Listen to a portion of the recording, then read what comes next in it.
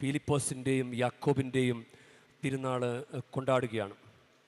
നമുക്ക് രക്തസാക്ഷികളായ ഈ അപ്പോസ്തലന്മാരുടെ തിരുനാൾ ഭക്തിയോടെ ആചരിക്കാം.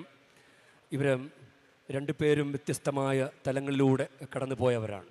ഇന്നത്തെ സുവിശേഷത്തിൽ പീലിപ്പോസാണ് ഈശോട് പറയുക, ഞങ്ങൾക്ക് പിതാവിനെ കാണിച്ചു താ, ഞങ്ങൾക്കത് മതി എന്ന് പറയുന്ന വലിയൊരു വിശ്വാസത്തിൻ്റെ പ്രതീകമായിട്ട് പീലിപ്പോസ് നിലകൊള്ളുമ്പോൾ, ഈ യാക്കോബ് പറയുന്നത് 2-ാം അധ്യായം യാക്കോബിൻ്റെ ലേഖനം 17-ാമത്തെ വാക്യം, പ്രവൃത്തികൾ കൂടാതെയുള്ള വിശ്വാസം അതിൽ തന്നെ നിർജീവമാണ്.